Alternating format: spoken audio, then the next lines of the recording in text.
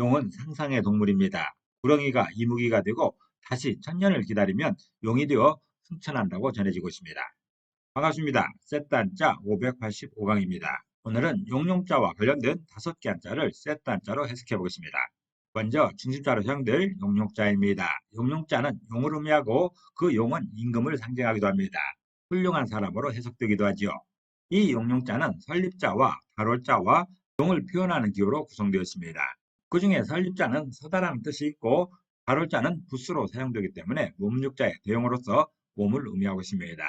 용의 기호는 용을 형상화한 것이죠. 그래서 용용자는 몸이 서 있는 형태가 용인 것이고 전체에 갈기가 있다는 것을 표현하고 있습니다. 다시 말해서 용이 서 있는 자세를 설명하고 있습니다. 머리부터 꼬리까지 갈기가 있는 것도 표현하고 있는 것이죠. 일반적으로 용을 이렇게 표현하고 있습니다. 이렇게 그리기도 하죠. 용의 몸이 하늘을 향해 서 있는 그런 모양입니다. 그래서 설립자와 달월자로 표현하는 것이죠. 그리고 우변은 용의 몸이 꼬불꼬불 서 있는 이 모양을 설명하고 있습니다.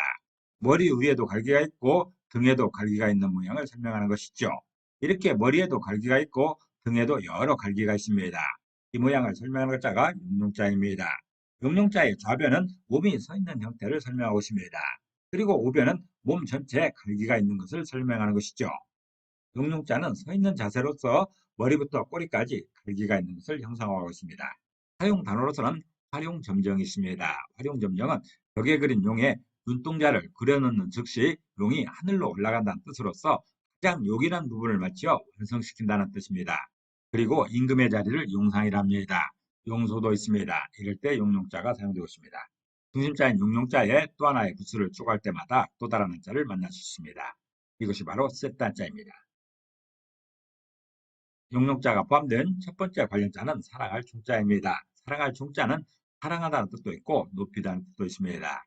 사랑하다는 것은 몹시 아끼고 귀중히 여기는 마음인 것이죠. 이 사랑할 중자는 진면자와 용용자로 구성되었습니다. 그 중에 진면자는 집을 의미하죠. 일정한 공간을 말하고 있습니다. 그리고 용용자는 용을 의미하고 임금을 의미하기도 합니다. 훌륭한 사람으로 해석되기도 하죠. 그래서 사랑할 중자는 집에서 용처럼 대하는 일이 사랑이라 표현하고 있습니다. 다시 말해서 사랑은 공동체 안에서 임금처럼 대하는 일이라 설명하고 있습니다. 임금을 대하듯 아주 귀하게 어떤 대상을 여긴다면 그게 바로 사랑인 것이죠. 일반적인 가정에서 아이들을 그렇게 대접합니다. 우리 왕자, 우리 공주라 하면서 임금처럼 대하는 것이죠. 그런 것이 바로 사랑의 일종입니다. 사랑할 종자는 집에서 용처럼 대하는 일이 사랑이라 표현하고 있습니다. 다시 말해서 사랑은 공동체 안에서 임금처럼 대하는 일이라 설명하고 있습니다. 사용 단어로서는 전방지총이라는 말이 있죠. 전방지총은 비빈 중에 한 사람이 임금의 사랑을 독차지함을 이루는 말입니다. 또 총이라고 할 때나 은총이라 할 때도 사랑할 총자가 사용되고 있습니다. 두 번째 관련자는 대바구니 롱자입니다. 대바구니 롱자는 대바구니를 의미하기도 하고 세장을 의미하기도 합니다. 이 대바구니 롱자는 대죽자와 용용자로 구성되었죠. 그 중에 대죽자는 대나무를 의미하는 것이고 용용자는 용을 의미하고 임금을 의미하기도 합니다. 그래서 대바구니 롱자는 대나무에 용을 담는 게 대나무라 표현하고 있습니다. 다시 말해서 대바구니는 임금 같은 귀한 것을 담는 그릇이라는 것이죠. 대바구니는 식량 저장에 표적화된 그릇이란 뜻입니다. 현대 사회에서는 냉장고가 보편화되어 있기 때문에 대바구니가 그리 중요하지 않습니다. 그리 필요치 않는 것이죠. 그렇지만 냉장고가 없던 과거에는 대바구니가 정말 귀한 그릇이었습니다. 식량을 저장하는 데 있어서 대바구니만큼 귀한 것이 없었던 것이죠. 이런 대바구니는 여러 용도에서 귀하게 사용되었습니다.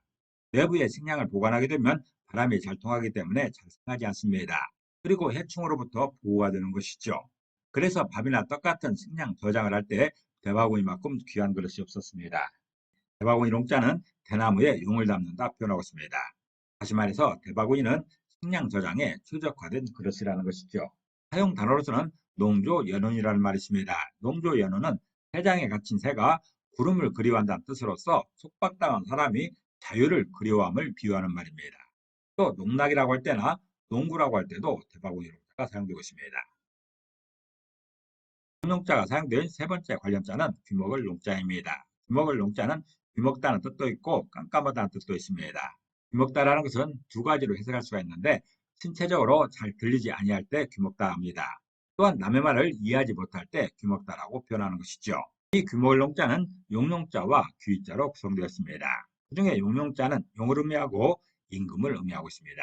그리고 귀자는 귀를 의미하는 것이죠. 그래서 귀목을 농자는 귀에 용이 있는 게 귀목다라고 표현하고 있습니다.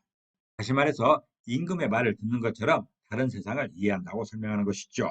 보통 사람들 사이에 임금처럼 말하고 임금처럼 듣는 게 있다면 그게 바로 귀목인 것이라 표현하고 있습니다.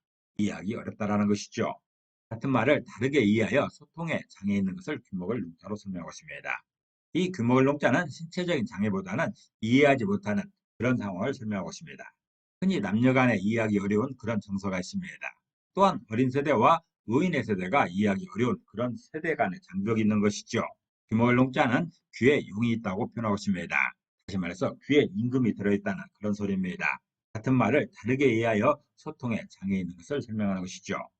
사용 단어로서는 차청어롱이라는 말이 있습니다. 차청어롱은 청각장애인에게 내게 뭐라 하더냐고 묻는다는 뜻으로서 도움을 받을 상대방을 잘못 찾음을 이해하는 말입니다. 듣지 못하는 사람에게 무슨 말 들었냐고 물어보는 것이죠. 그리고 농아라고 할 때나 치롱이라 할 때도 귀목을 농자가 사용되고 있습니다. 네 번째 관련자는 엄수발 습자입니다. 엄수발 습자는 엄수바다는 뜻이 있죠. 엄수바다는 것은 뜻하지 아니한 사이에 습격하는 것을 말합니다. 전혀 예상하지 못하는 순간에 공격하거나 공격당하는 것을 말하고 있습니다. 이 엄수발 습자는 용용자와 오두자로 구성되었습니다. 그 중에 용용자는 용을 의미하고 임금을 의미하기도 합니다. 오두자는 옷을 말하는 것이죠. 그래서 엄습할 습자는 용의 옷을 입는 게 엄습이라 표현하고 있습니다. 다시 말해서 사람이 왕처럼 귀한 옷을 입게 되는 경우를 엄습이라 표현하고 있습니다. 이는 갑작스런 출세나 죽음을 맞이한 상황입니다. 갑작스럽게 출세하면 좋은 옷을 입게 되는 것이죠. 사람이 죽었을 때도 평소에 입지 못한 옷을 입게 됩니다. 그런 옷을 용의 옷이라 표현하는 것이죠. 과거에 급제했거나 임금으로부터 총애를 받게 되면 귀한 옷을 입게 됩니다. 이게 바로 엄습입니다. 원래도 이런 일은 얼마든지 있습니다. 전혀 예상치 못한 사람이 대통령이 된다든가 장관이 되는 경우가 있죠. 이런 것이 바로 엄습인 것이죠. 또 급작스럽게 죽어서 수의를 입게 되는 그 상황도 엄습입니다. 엄습할 습자는 용의 옷을 입는 게 엄습이라 표현하고 있습니다. 다시 말해서 갑작스런 출세나 죽음을 맞이한 상황을 엄습으로 설명하는 것이죠. 사용 단어로서는 복불습길이라는 말이 있습니다. 복불습길은 한번 길조를 얻으면 다시 더 점을 칠 필요가 없다는 뜻이죠. 이제 순탄한 길에 들어섰기 때문에 더 이상 운수를 기대할 필요가 없다는 것입니다. 또 엄습이라고 할 때나 습격이라 할 때도 엄습할 습자가 사용되고 있습니다. 용용자가 사용된 다섯 번째 관련자는 구릉농자입니다. 구릉농자는 구릉을 의미하고 언덕을 의미하기도 합니다. 구릉이라는 것은 완만한 기복의 낮은 산이나 언덕이 계속되는 지형을 말하는 것이죠. 이 구릉농자는 용용자와 토자로 구성되었습니다. 그 중에 용용자는 용을 의미하고 임금을 의미하기도 합니다. 토자는 흙을 말하고 땅을 의미하는 것이죠. 그래서 구릉농자는 용의 땅이 구릉이라 표현하고 있습니다. 다시 말해서 구릉은 용이 승천하는 장소라는 것이죠. 경상북도 포항시의 구릉포에 가면 이런 동상이 있답니다. 용의 동상이 있다라는 것이죠. 구릉에서 용이 승천하는 이런 모양입니다. 마치 하늘에서 용이 승천한 듯한 이런 모습이 지켜져 있습니다. 용은 이무기가 천년을 세상에 기다리다가 하늘로 승천한다고 합니다. 그 천년을 기다리는 동안 사람들에게 해를 끼치지 않아야 됩니다. 좋은 일을 하면 더 좋겠죠.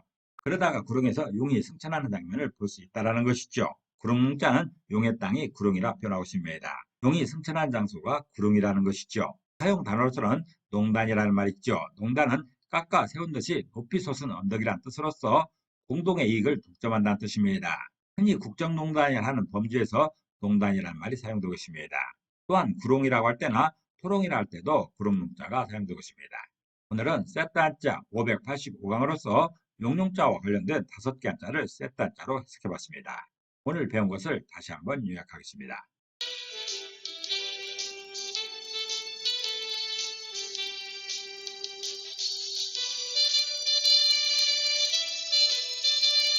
오늘도 평안을 기도합니다. 감사합니다.